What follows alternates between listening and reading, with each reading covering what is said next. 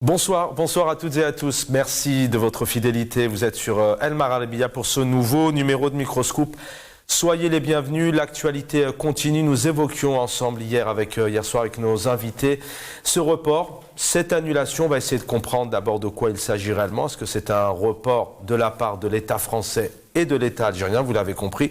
Donc c'est le président algérien Abdelmadjid Tebboune qui devait se rendre en France, à Paris, avec tout un programme bien ficelé. On va y revenir ce soir, qui devait se rendre sur Paris entre le 2 et le 5 mai, même si les dates n'ont pas été officiellement annoncées par le palais Al-Mouradia. Mais voilà, tout le monde en a longuement parlé. Les échanges téléphoniques entre les deux chefs d'État, selon les fuites, on l'ont aussi évoqué. Et puis il y a cette présence de Catherine, la secrétaire du ministère des Affaires étrangères, qui s'est rendue pour représenter Catherine Colonna, qui s'est rendue dimanche matin à Alger pour préparer ce rendez-vous tant attendu. Mais voilà, coup de théâtre, nouveau scénario, puisque depuis hier, l'annonce est tombée. Le président algérien n'ira pas à Paris. On va essayer de comprendre pourquoi. Plusieurs scénarios. D'abord, est-ce que réellement on pouvait croire à une telle présence dans un contexte géostratégique très particulier, dans un contexte aussi où Paris vit actuellement, notamment Emmanuel Macron, vit actuellement une période difficile quant à sa cote vis-à-vis des Français, cette crise sociale, mais surtout concernant le président algérien. Avec ce degré d'illégitimité, pouvait-il se rendre notamment à Paris? Peut-être pouvait-il faire face à ce Hirak? On va en parler ce soir, avec déjà plusieurs mobilisations prévues, qui étaient prévues pour l'accueillir comme il se doit. Vous l'avez compris, ironie oblige. Donc on va vraiment revenir sur la présence, les raisons qui ont donc poussé Alger à annuler cette présence sur Paris. Sur le plateau, pour en parler avec nous ce soir, Riyad Warab, bonsoir, informaticien, hirakiste, militant politique, bonsoir. Salam alaikum, bonsoir Chaban. Merci d'être présent. Bonsoir à tous vos téléspectateurs. Merci infiniment. Va venir nous rejoindre Karim Tabou, qu'on ne présente plus, opposant politique, et va venir aussi nous rejoindre Karim Kebir, journaliste. Je profite que nos deux autres invités ne sont pas aussi encore là pour évoquer un point important avec vous, cher Riyad Warab. Vous avez donc lancé cette campagne. Je rappelle aux téléspectateurs qu'on va en parler un peu ce soir, notamment au début, en fin d'émission, et on se retrouvera certainement pour un numéro spécial autour de cette campagne Stop Torture in Algeria. Depuis 2008, donc Alger, pas d'audition pour Alger. Il y a une pétition aussi que vous avez lancée sur le site internet que nous allons évoquer, démocratiquealgeria.org, et une pétition qui a été bloquée par Alger aujourd'hui. Je vous laisse la parole. Donc vous dites clairement, qui de nous a oublié les pleurs de l'adolescent Saïd Chetouane, 15 ans, harcelé par la police, Walid Nekrish, qu'on ne présente plus, 25 ans, violé par le DRS, Madame Fatiha Daoudi, 65 ans, nous avions diffusé son témoignage poignant sur les antennes d'El Maralbia. La torture, hélas, existe en Algérie. Oui, elle a toujours existé en Algérie, en fait, depuis les premières années de l'indépendance. Les témoignages que vous avez évoqués ne sont pas malheureusement ni les premiers, ni apparemment les derniers, si on n'agit pas justement. On a aussi le témoignage du père de Yasser Louibah, voilà, où il invoquait, où il détaillait comment son fils a été traité en prison. Donc voilà, la torture en Algérie, elle a toujours existé depuis les premières années de l'indépendance. Durant les années 70, plusieurs témoignages, plusieurs écrits sont là. Voilà. Durant les années 80, les années 90 où ça s'est devenu vraiment systématique. Donc, on a lancé cette campagne en fait pour essayer de stopper ces actes ignobles. On a des retours encore de témoignages de jeunes qui se font tabasser dans les commissariats, justement là où exactement la France torturait du temps de l'ère coloniale. Châteauneuf, voilà. Donc cette campagne, elle est comme vous venez de le dire, le comité contre la torture n'a pas auditionné l'Algérie depuis 2008. Donc durant cette audition de 2008 justement, il y a eu des recommandations. Le gouvernement algérien a répondu à ces recommandations, mais ne les a pas appliquées en fait, comme à son habitude. La convention... Elle a ratifié la convention en 89. 89, on va dire que c'était les années d'or de la démocratie en Algérie. Après 88, le soulèvement du peuple. Et puis on connaît après l'arrêt du processus démocratique par le pouvoir. Oui, l'Algérie a ratifié durant la courte ouverture démocratique de 89 sous le gouvernement de Mouloud Hamrouche. Elle a ratifié la convention contre la torture. Et en fait, cette convention, elle oblige les États à mettre des mécanismes pour justement prévenir ce genre d'actes. Les tortures, malheureusement, sont revenues et il faut agir, il ne faut pas se taire. On a donc lancé cette campagne, Stop Torture in Algeria. Donc il y a un site internet où vous allez pouvoir retrouver des témoignages et il y a une lettre que vous pouvez adresser au comité que nos concitoyens peuvent adresser au comité contre la torture. Et cette lettre, en fait, elle invite ce comité à auditionner le régime algérien. Et il y a aussi une pétition qui a été lancée sur change.org, qui malheureusement, au bout de 2 jours, a été bloquée en Algérie. Donc on a eu des retours de nos concitoyens au pays nous indiquant que cette pétition, elle est bloquée en Algérie. Malheureusement, voilà, donc même une simple pétition où les citoyens peuvent agir à titre individuel, c'est interdit. Donc on enlève même aux citoyens algériens même ce droit à agir contre des actes barbares, des actes d'un autre temps.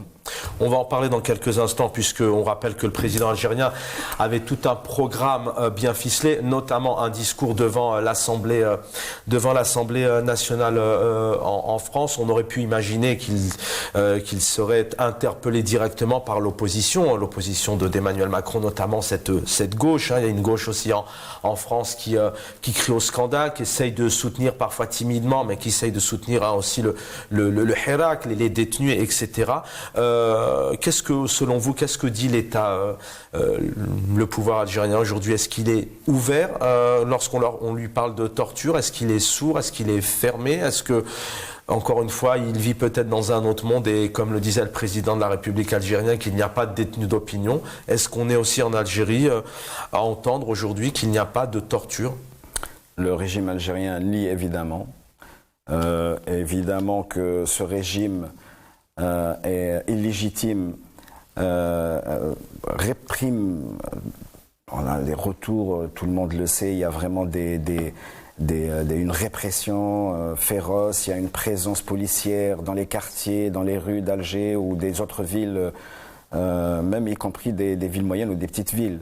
On empêche le Hirak, le régime a peur de la parole du peuple en fait.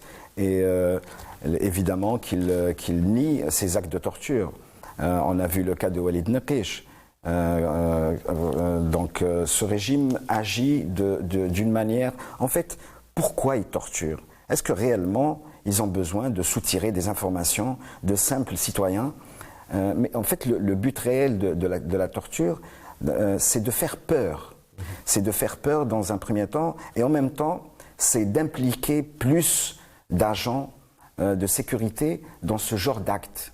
Il ne s'agit pas réellement de soutirer des informations, parce que qu'est-ce qu'on irait soutirer comme information? Un jeune de 15 ans, à un jeune de 15 ans ou à une dame de 65 ans. 65 voilà. ans. En fait, le but, c'est plus de faire peur et en même temps d'impliquer des gens, d'impliquer des agents de sécurité dans ce genre d'actes, pour qu'il n'y ait pas de retour en arrière, entre guillemets. Je tiens à rappeler l'article 2 de la Convention contre la torture. Dans son premier paragraphe, il dit « Tout État partie prend des mesures législatives, administratives, judiciaires et autres mesures efficaces pour empêcher que des actes de torture soient commis dans tout territoire sous sa juridiction. » Le paragraphe 2 « Aucune circonstance exceptionnelle, quelle qu'elle soit, qu'il s'agisse de l'état de guerre, de menace de guerre, d'instabilité politique, intérieure ou tout autre état d'exception, ne peut être invoquée pour justifier la torture. » dans son dernier paragraphe, le plus important, l'ordre d'un supérieur ou d'une autorité publique ne peut être invoqué pour justifier la torture. C'est-à-dire que les agents qui reçoivent des ordres pour torturer ne peuvent pas invoquer justement ces ordres pour se protéger. Bien sûr. Voilà. En tout cas, merci. Voilà, il était important. Il est 19h11. Merci. Vous venez nous rejoindre. Donc, on va parler, bien évidemment, on va revenir de cette actualité. Président algérien, donc, qui ne viendra pas à Paris. On va essayer de comprendre. Et avec nos trois invités, Riyad Ouarab, voilà, informaticien, militant politique, hirakiste aussi. Donc, on va revenir sur cette actualité avec vos analyses et vos réflexions. Et je rappelle, donc, vous avez lancé cette campagne. On en reparlera quelques petites minutes en fin d'émission et on se retrouvera aussi notamment dans les prochaines journées pour en parler. Karim Kebir, journaliste, bonsoir cher confrère. Bonsoir et bonsoir à vos auditeurs. Merci Karim Kebir d'être avec nous. Karim Tabou est avec nous. Oui, bonsoir. Bonsoir, cher Karim Tabou, opposant politique. Merci à tous les deux d'être présents aussi. Karim Kebir, je vais commencer peut-être par vous, confrère, journaliste. Depuis hier, donc l'information, elle est tombée déjà d'un point de vue opaque. Malheureusement, beaucoup avec quand on parle d'Algérie, ça rime beaucoup avec l'opacité. Un événement qui arrive. Un événement important pour toute une nation, c'est cette échéance électorale présidentielle. On est à peine 11 mois maintenant, personne n'en parle, opacité. Et puis là, il y a encore une fois une opacité, c'est le flou total. L'APS n'a pas réagi, les médias algériens n'ont pas réagi, n'ont pas aussi repris cette information qui, je le rappelle, a été relayée par la presse, notamment la presse française.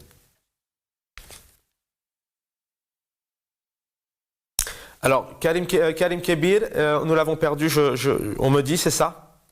On a deux Karim ce soir. Alors, Karim Tabou, même question avant de rentrer dans le vif du sujet et d'avoir vraiment votre analyse un peu.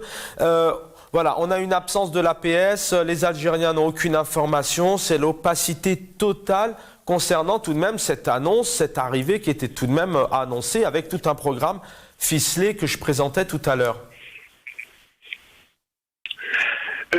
Souvenons-nous que la première décision, d'abord salutations à vous, aux invités et à nos téléspectateurs, mais nous ne devons pas oublier que la première décision qu'a prise le chef de l'État après sa prise de fonction, à cause justement des informations qui sont diffusées par les médias, il avait insisté pour que l'information soit donnée par les instances officielles.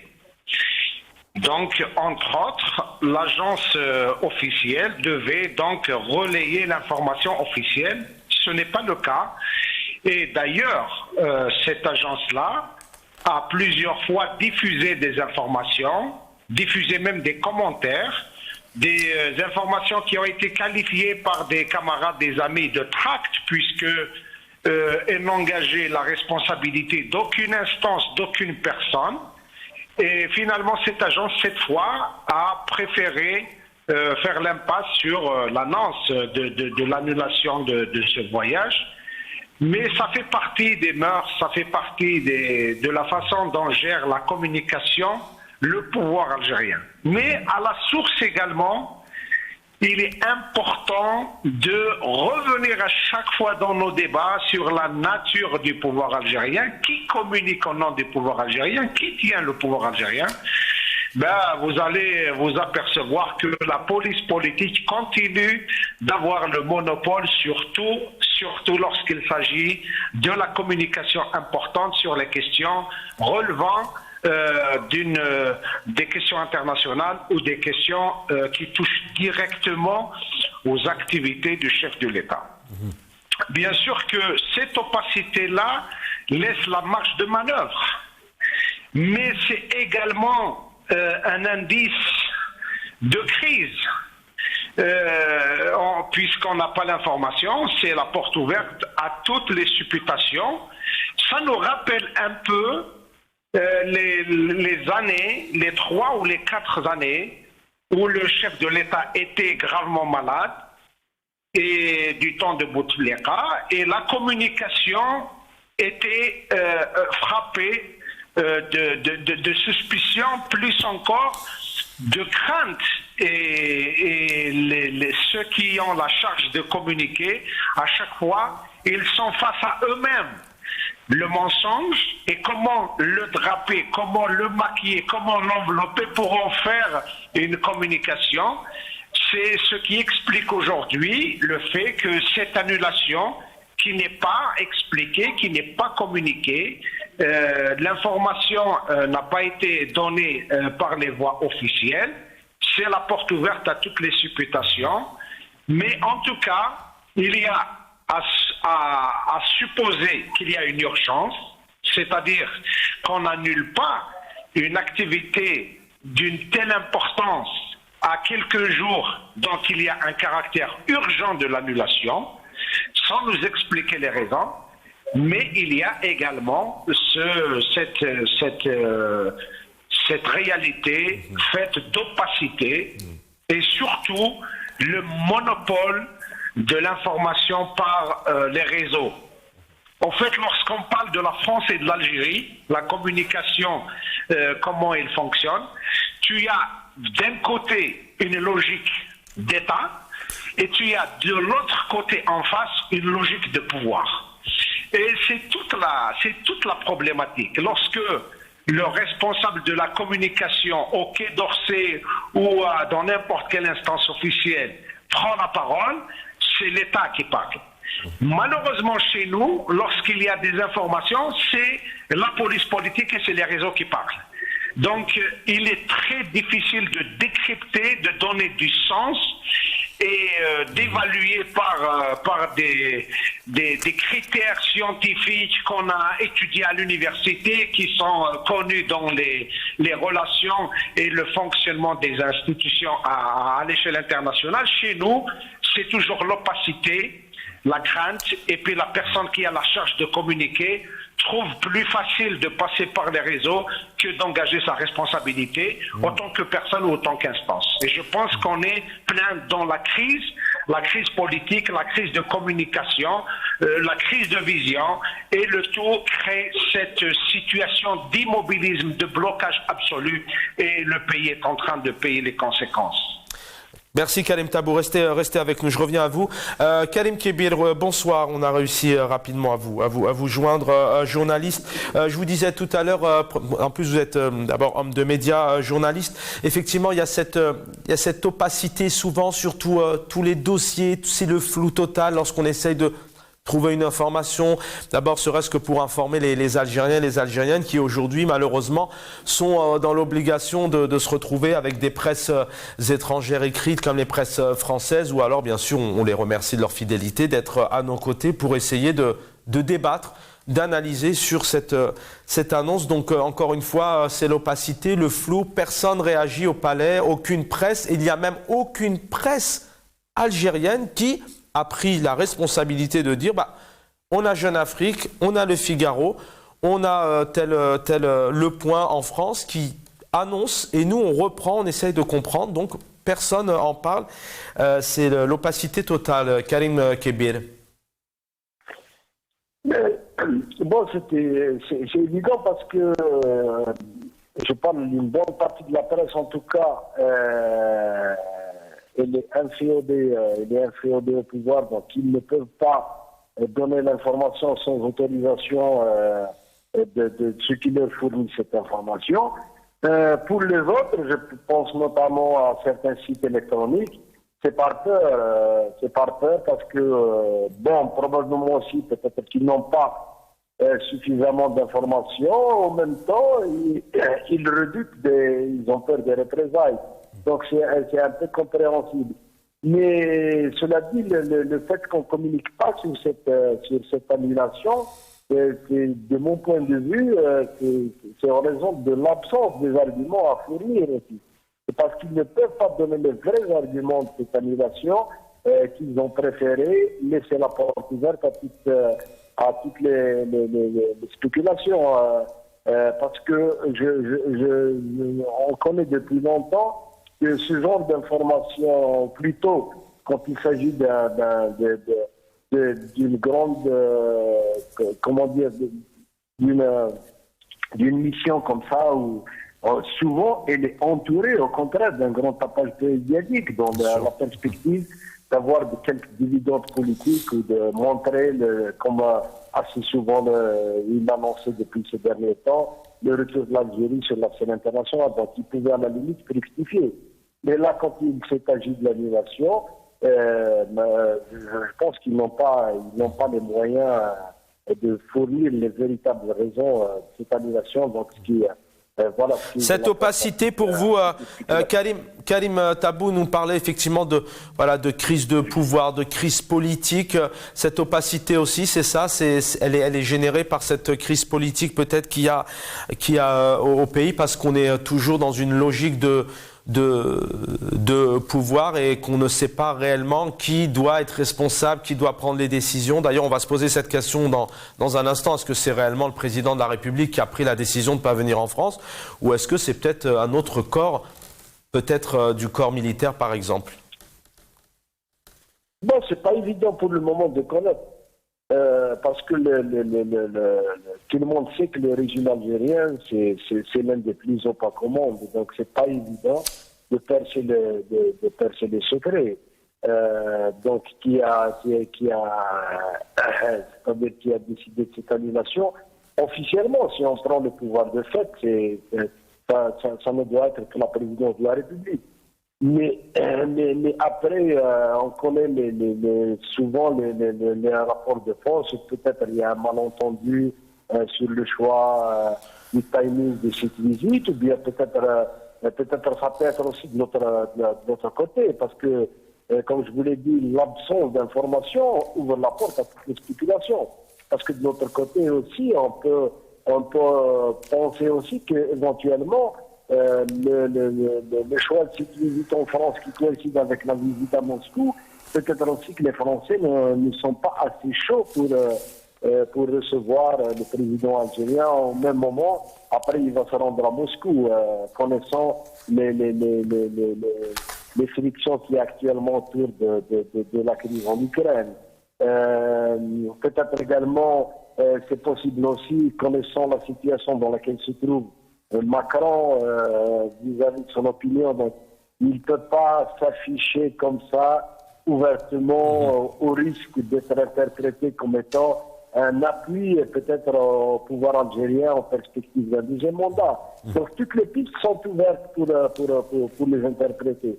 Et c'est pour ça que je vous dis, à mon sens, le fait qu'on ne communique pas, c'est parce que il n'y a pas d'argument assez solide avant de pour justifier ce report, même si par ailleurs, si on fait confiance à ce qui a été rapporté par le Figaro, c'est que les dossiers n'ont pas été suffisamment maturés pour qu'ils soient avec effectivement, on nous parle effectivement que les dossiers ne sont pas voilà, que tout n'était pas prêt. En tout cas, le programme lui était ficelé, hein.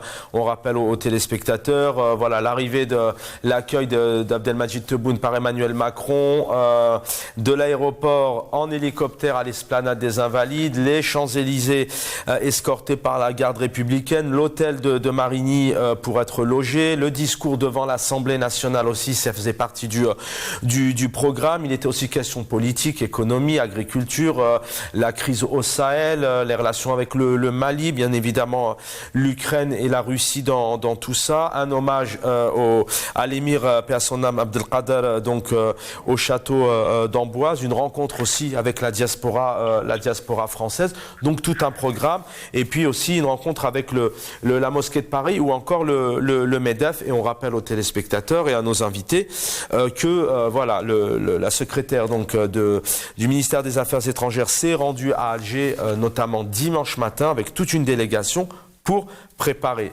tout ça. Et donc apparemment lundi, un coup de fil selon Jeune Afrique, un coup de fil entre donc les deux ministres, donc Catherine Colonna et son homologue Ahmed Attef. Donc plus de visites. Riyad avec nous sur le plateau, Riyad Ouarab, donc militant. Il y a aussi cette diaspora cette diaspora franco-algérienne, qui déjà s'est préparée, vous pouvez nous en dire deux mots, s'est préparée à accueillir le président algérien comme il se doit. Ironie oblige, je pense qu'il y avait déjà d'autres invités nous en parlaient hier. C'est aussi ça, peut-être, est-ce que le président algérien avait aussi une crainte à un moment donné, malgré le rassemblement préparé, parce que c'est tout comme qui avait lieu au colonel Fabien, est-ce que là, si le président algérien s'était rendu en France, est-ce qu'il aurait eu un accueil à l'image du Hirak? Et puis, est-ce qu'effectivement, la France aurait pu se dire, mais attendez, les Invalides, l'Hôtel Marigny, l'Assemblée nationale, etc., voir toute cette diaspora en milliers venir, etc., ça faisait trop. Est-ce que c'est ça aussi qui a pu faire repousser le président algérien, de voir son peuple, ses citoyens algériens en France contre lui? Oui, oui, absolument. En fait, la diaspora s'attendait justement... Pour toujours aller dans le sens de vous inviter, l'annonce même de cette visite, le canal choisi pour annoncer cette visite, pareil pour l'annuler, c'est ça caractérise l'opacité des relations algéro-françaises. D'habitude, dans les usages diplomatiques, une visite d'État, ça s'annonce des mois auparavant. Donc on s'attendait à voir le planning de cette visite, le programme de cette visite, et on se rend compte qu'il n'y avait rien de précis, on annonce dans un média qu'il y aura une visite au château d'Amboise, là où étaient emprisonnés l'émir Abdelkader. Donc voilà, la diaspora évidemment, comme en Italie, il y a eu des meetings, il y a eu un sitting, Et l'intensité de la diaspora en Italie n'est pas la même qu'en France. N'est pas la même qu'en France, évidemment. Donc il y a eu un sitting là-bas, ils l'ont bien accueilli, on va dire, entre guillemets, avec les slogans du Hirak, Doula Madaniya Machi Askaria, Tabboun Mzawar Jabou al-Askar. Donc il l'a pas aimé. Évidemment, il y a eu aussi un épisode où il a reçu des jets d'œufs. Ça fait partie de l'exercice démocratique dans les pays. Plusieurs présidents se sont fait entarter, voilà. Mais voilà, chez nous, le régime algérien ne supporte pas ce genre de manifestation. Et apparemment, ils ont eu vent que la diaspora préparait un accueil comme il se doit, un accueil hirakiste comme il se doit à ce président mal élu. À ce président qui représente une junte militaire qui colonise notre pays, qui ne veut pas remettre le pouvoir d'une façon pacifique, salissa al-shab. Et voilà, donc il y a eu évidemment plusieurs groupes bien organisés ou des individus qui ont certainement préparer un tas j'allais dire entre guillemets, de festivités, donc des sittings, et très certainement le régime algérien, comme les régimes français, qui sont en perte de vitesse. Le régime français, il est en perte de vitesse, il perd pied avec la réforme des retraites. Il va y avoir une manifestation le 1er mai.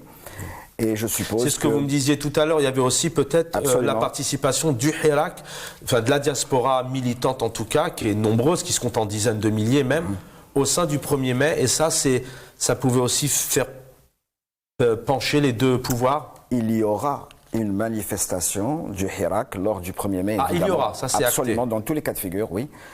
Et en fait, le régime algérien, il a peur que les peuples où vivent nos diasporas se solidarisent avec le Hirak. Ils ont peur qu'il y ait un nouveau Maurice Audin qui sort pour dire moi je suis contre le soutien que fournit mon gouvernement à la dictature en Algérie, je soutiens le peuple algérien. C'est de ça en fait qu'ils ont peur. Ils ont peur que les peuples avec lesquels la diaspora vit, que ce soit en France ou au Canada, se solidarisent avec le Hirak, avec le peuple algérien.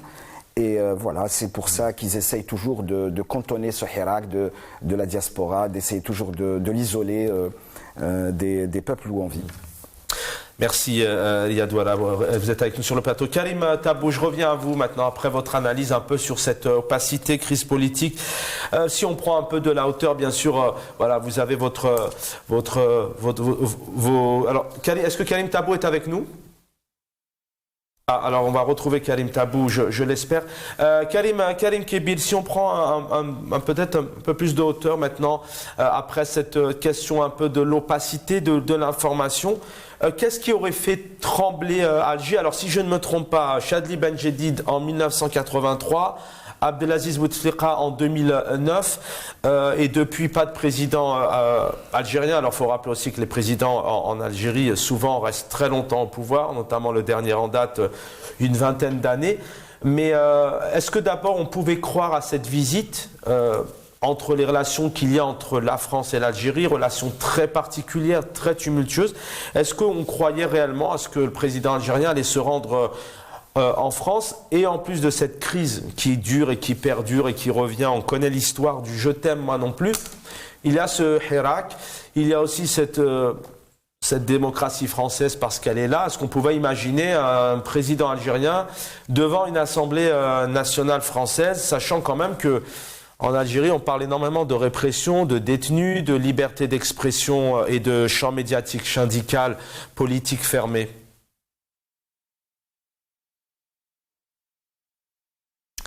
Karim Kébir? Alors, est-ce que Karim Kébir est avec nous? Karim Kébir, est-ce que vous m'entendez, chers confrères? Alors, apparemment, on a un petit souci technique. Est-ce que nous avons retrouvé Karim Tabou? Karim Kébir? Depuis tout à l'heure. Alors, on a Karim Tabou avec nous, apparemment, que j'ai reconnu sa voix. Oui, je vous entends depuis tout à l'heure. Ah, très bien. Autant pour nous. Alors, on a peut-être un petit souci technique. Eh bien, c'est très bien. Donc, je vous donne la parole pour prendre un peu de hauteur, avoir un peu votre analyse maintenant. Je ne vais pas refaire le lancement sur cette visite annulée. Quelles sont les raisons, selon vous, qui ont fait trembler Alger, si je puis me permettre cette expression, peut-être? Oui, c'est clair que le travail et l'action de la diaspora est là pour rappeler le caractère brutal, antidémocratique et légitime du pouvoir algérien. Mais personnellement, j'essaye de percer un peu le mystère de cette annulation. Et il suffit juste de regarder par rétroviseur.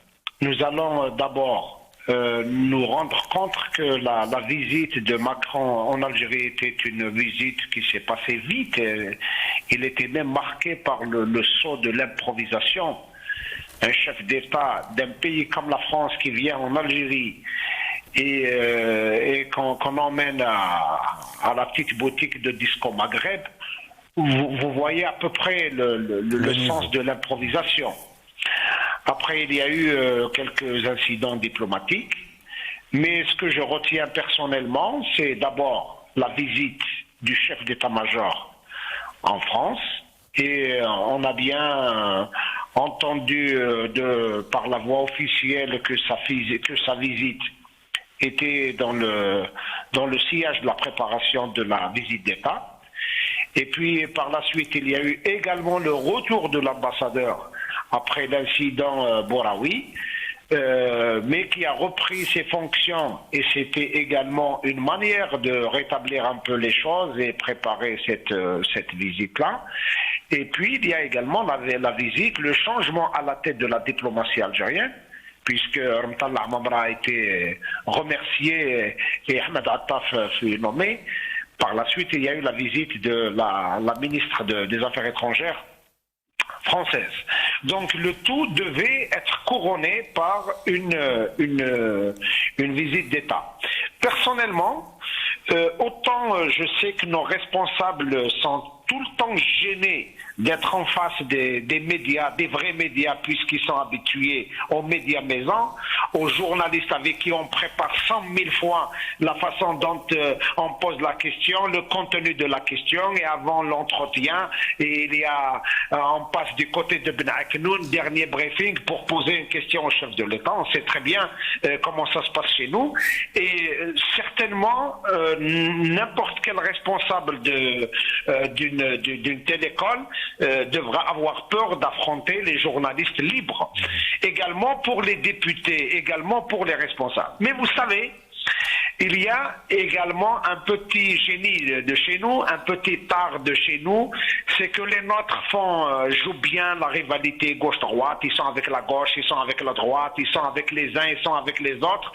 Et des questions gênantes de la presse risquent de ne pas trop les gêner, puisque au retour, on va dire que voilà, France al-Adoua, et vous avez vu les questions qui ont été posées, les députés, etc.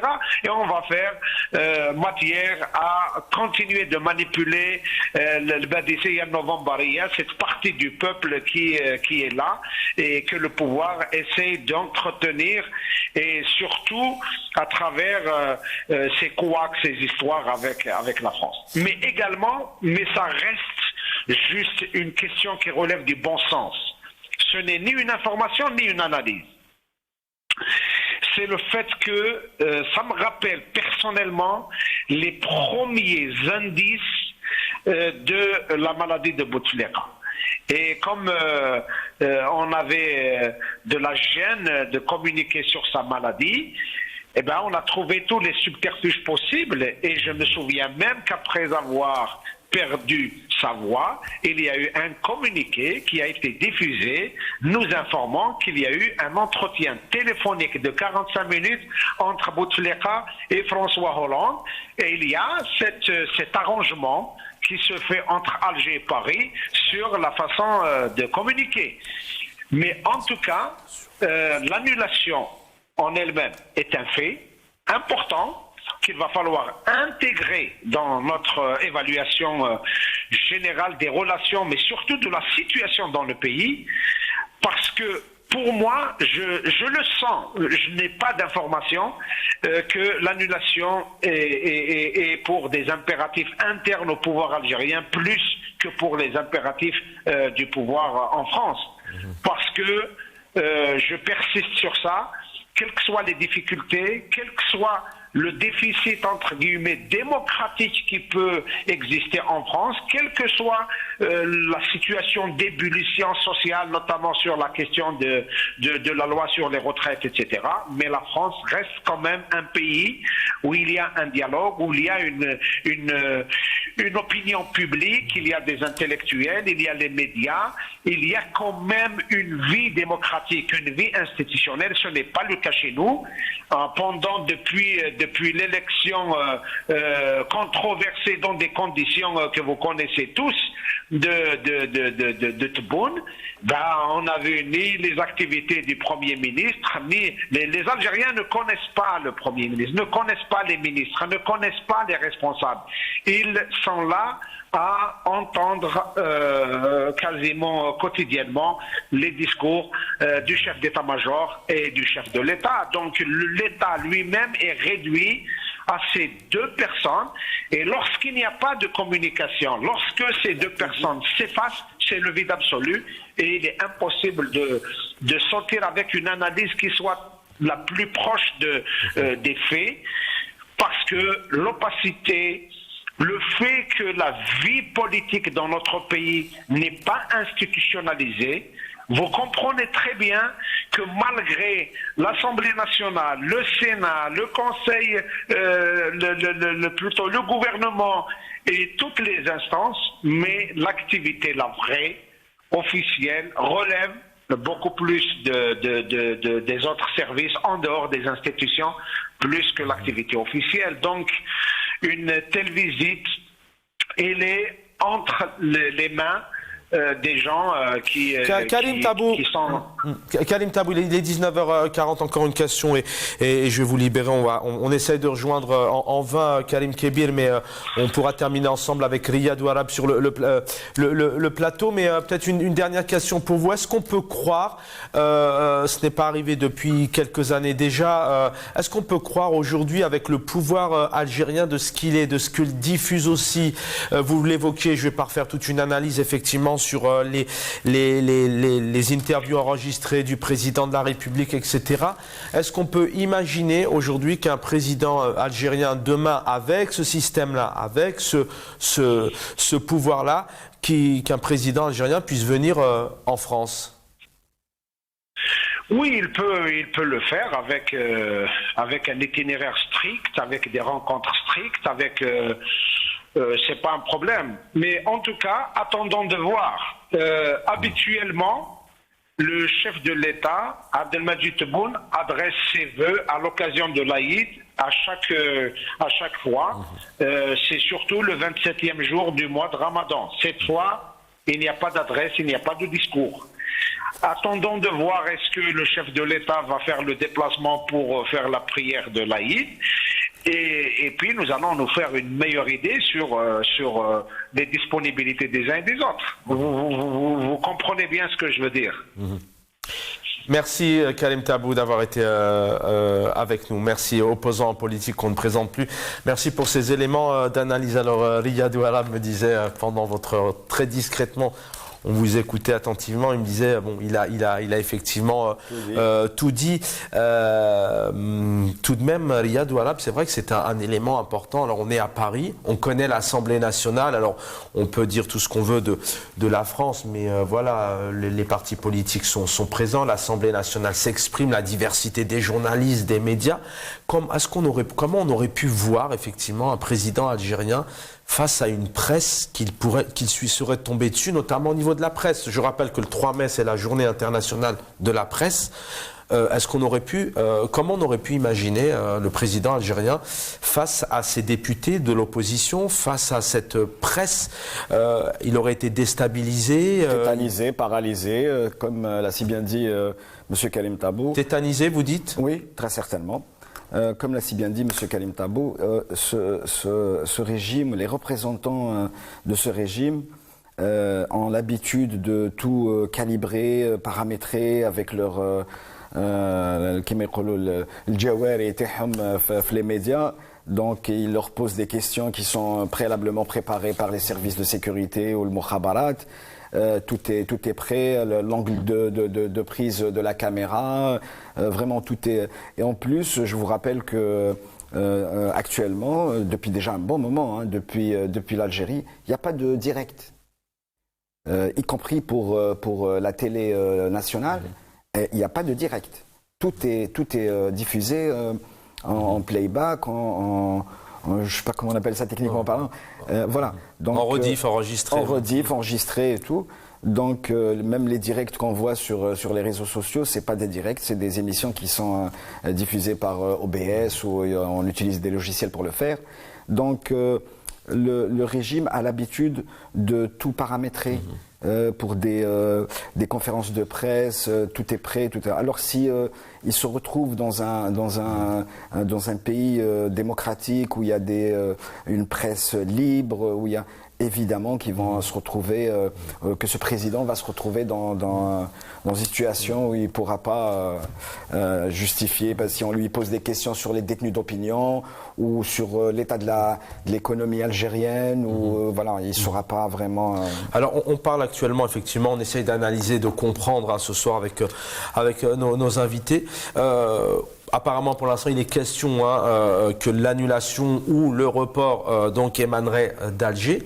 Mais est-ce qu'à l'inverse aussi, est-ce que Emmanuel Macron, qui essaye actuellement tant bien que mal d'apaiser un peu le climat avec la presse, avec les syndicats, avec les partis politiques, qui essayent vraiment d'atténuer un peu tout ça dans le cadre notamment de cette crise sociale liée notamment à la réforme des retraites. Est-ce que Emmanuel Macron aurait pu aussi assumer, je rappelle qu'Emmanuel Macron avait quand même classé ce qui est dit, il a tout de même classé le régime algérien de politico-militaire, est-ce qu'il aurait pu tout de même assumer recevoir en cette période très complexe un président d'un pays de ce monde qui est l'Algérie, qui est très décrié sur les répressions, la liberté d'expression, le pouvoir d'achat, les haragas aussi, c'est une question qui se pose parce qu'on a encore vu dernièrement des bateaux avec des familles entières qui rompaient le jeûne ensemble. Est-ce qu'il pouvait assumer ça, Emmanuel Macron aussi, pour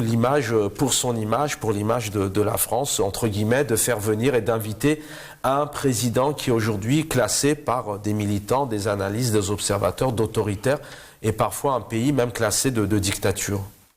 Je pense que, politiquement parlant, le timing qu'ils ont choisi pour cette visite et vraiment suscite énormément de questions. Venir dans un pays en pleine ébullition, avec plein de manifestations, un président français qui est décrié par rapport à la réforme des retraites, et accueillir le représentant d'une dictature en France comme ça, je suppose que c'est un risque politique pour lui. C'est un mot important qui revient pour vous, l'Algérie, aujourd'hui. Pour le peuple algérien, pour le quotidien des Algériens, ça relève d'une dictature en tant que telle? Ah ben évidemment, c'est une dictature. Les retours qu'on a du pays, je discute souvent avec plein de gens au pays, c'est la répression totale. Le Mokhabarat colonise les rues, il y a une répression. Après, ils arrêtent des jeunes, ils arrêtent des personnes On a un âgées. président qui parle d'une main tendue, qui parle aussi de dignité. L'APS a fait tout un communiqué autour de une des priorités, c'est la dignité du citoyen. On aura certainement le temps d'y revenir dans le cadre de nos antennes. On a quand même tout de même d'un côté un pouvoir qui se dit ouvert, moderne. Oui, je suppose qu'il parle de la dignité des habitants de Club des Pins alors. Parce que en parlant de dignité, il suffit de descendre dans la rue pour voir des enfants vendre le matloua pour subvenir à leurs besoins. Il suffit d'aller voir le nombre de harragas qui quittent le pays. De quelle dignité il parle? Alors là, c'est vraiment incroyable. Après, évidemment, une campagne parlant de la dignité qui vient tout de suite après avoir réduit les peines d'anciens caciques du régime qui ont été condamnés pour corruption, relâché certains personnages qui sont noyés jusqu'au cou dans des affaires de corruption énormes. C'est vraiment, c'est du toupet. Hein. Parler de dignité en Algérie, ça me paraît vraiment hors sujet. Voilà, la dignité, elle commence déjà par respecter le peuple, respecter la parole du peuple, donner la parole au peuple.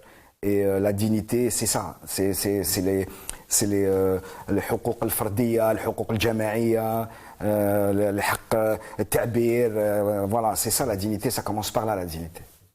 Merci, il nous reste 4 petites minutes. On va tout de même revenir un peu sur cette campagne.